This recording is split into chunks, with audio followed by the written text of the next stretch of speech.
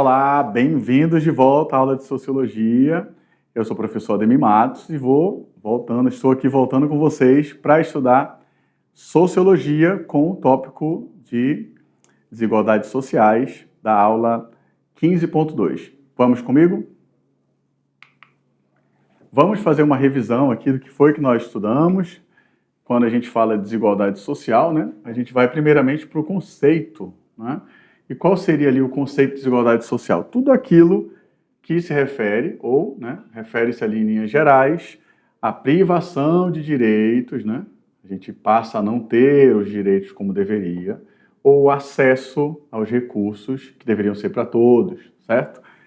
Ali, lendo direto, seria a privação de direitos ou de acesso a recursos para um grupo, né, ou uma pessoa, tá?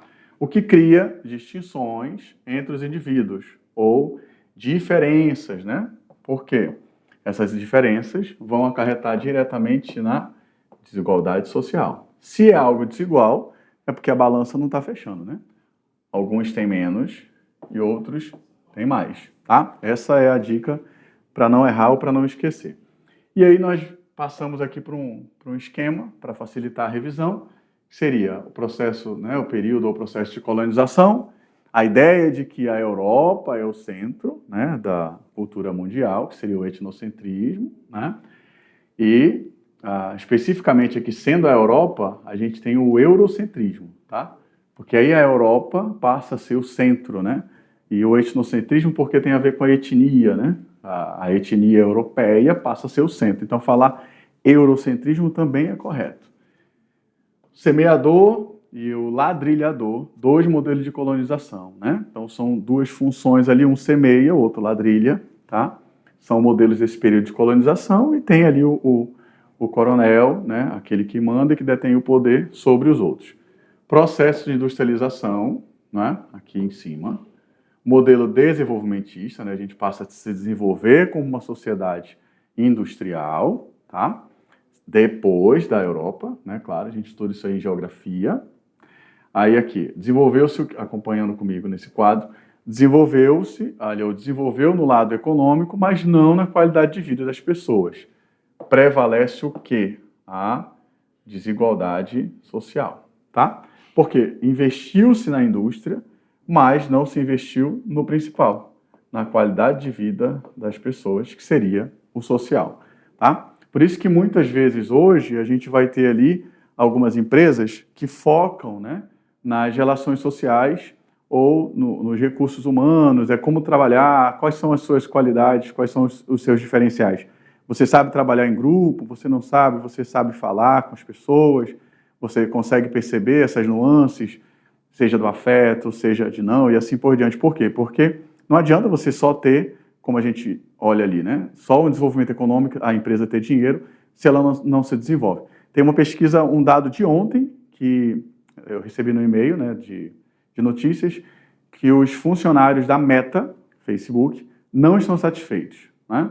Vamos voltar aqui para o slide. Pode puxar. Aqui, por que esse dado é interessante, dessa matéria do Facebook, né? Porque por muito tempo, assim como a Microsoft, eles foram uma referência como um dos melhores lugares para trabalhar.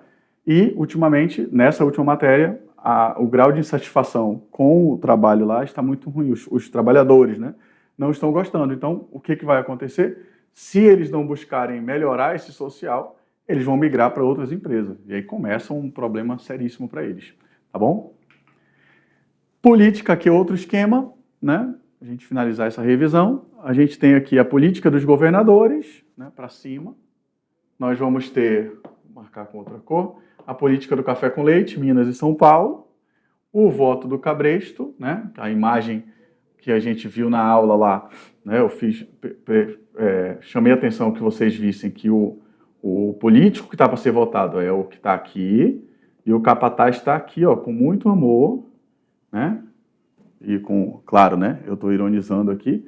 Ele está com uma espingarda para poder, se o cara não votar, e eles têm acesso a saber quem votou. Por isso, hoje também o voto é secreto, para que as pessoas não sejam intimidadas e não fiquem nesse pavor aqui, né? Porque cada um tem o direito a sua privacidade, a não ser obrigado de dizer para quem votou.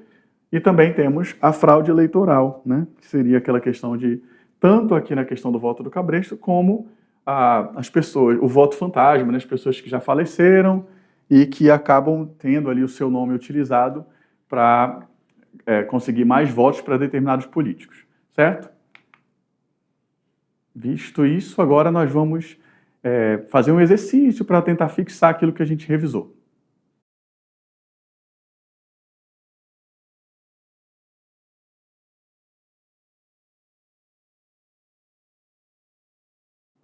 Vamos para as atividades?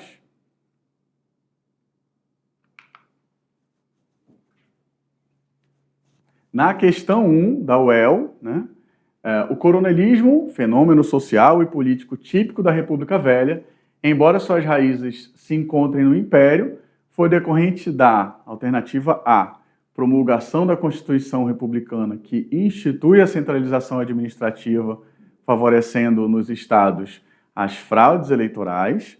Alternativa B, supremacia política dos estados da região sul, possuidores de maior poder econômico, cuja força advinha da maior participação popular nas eleições.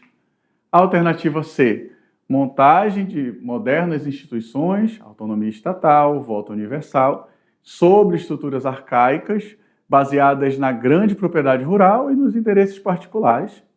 Alternativa D, instituição da Comissão Verificadora de Poderes, que possuía autonomia para determinar quem deveria ser diplomado, deputado, reconhecendo os vitoriosos nas eleições. E a alternativa E, a predominância do poder federal sobre o estadual, que possibilita ao governo manipular a população local e garantir à oligarquia a elaboração das leis. Vou dar um tempinho para vocês relerem, se quiserem, e marcarem a alternativa correta. A alternativa correta é a alternativa C, né? A montagem de modernas instituições.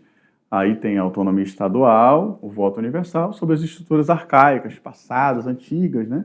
Baseadas na grande propriedade rural, que a gente tem hoje como fazendas também, né? E tudo mais, e nos interesses particulares. Questão 2. No primeiro contato entre os portugueses e indígenas, predominantemente prevaleceu uma ideia que colocar os interesses e a cultura europeia como sendo a mais importante e avançada do mundo, né? Qual o nome dado a este período histórico? Alternativa A, colonização. Alternativa B, colonialismo. Alternativa C, idealismo. Alternativa D, cruzadas. Alternativa E, socialismo. Vou dar um tempinho para vocês marcarem a alternativa correta. E a alternativa correta é o colonialismo, tá?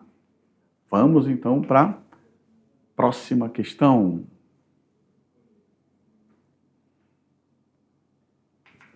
Questão 3 do Enem de 2011. Completamente analfabeto ou quase sem assistência médica, não lendo jornais nem revistas, nas quais se limitava a ver as figuras, o trabalhador rural, a não ser em casos esporádicos, tem o patrão na conta de benfeitor. No plano político, ele luta como o coronel, entre aspas, e pelo coronel, entre aspas. Aí estão os votos de Cabresto, que resultam em grande parte da nossa organização econômica rural.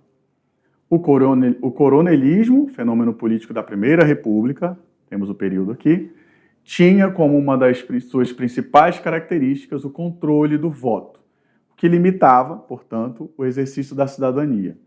Nesse período, esta prática estava vinculada a uma estrutura social. Alternativa A, igualitária com um nível satisfatório de distribuição de renda. Alternativa B, estagnada com uma relativa harmonia entre as classes. Alternativa C, tradicional, com a manutenção da escravidão nos engenhos como forma produtiva, típica. Alternativa D, ditatorial, perturbada por um constante clima de opressão mantido pelo exército e polícia. E alternativa E, agrária, marcada pela concentração da terra e do poder político local e regional. Vou dar um tempinho para vocês escolherem a alternativa correta. E a alternativa correta é a alternativa E, agrária, marcada pela concentração da terra e do poder político local e regional. E chegamos na questão 4, onde a gente tem uma questão discursiva, não é? E você vai buscar ali responder com os tópicos, aquilo que você pode dar uma pausa, né? Você pode começar respondendo e colocando alguns tópicos no papel, no caderno, onde você está estudando. E daí você vai discorrer num texto de 3 a 4 linhas, 5, 6, tá? Com a ajuda do seu professor. Se você estiver sozinho também, você pode fazer, tá? Explique o que é a mudança social, né? Então, baseado em tudo aquilo que a gente estudou, o que você entendeu como mudança social? Eu vou dar um tempinho para você elaborar a sua resposta e eu trago aqui uma chave de correção.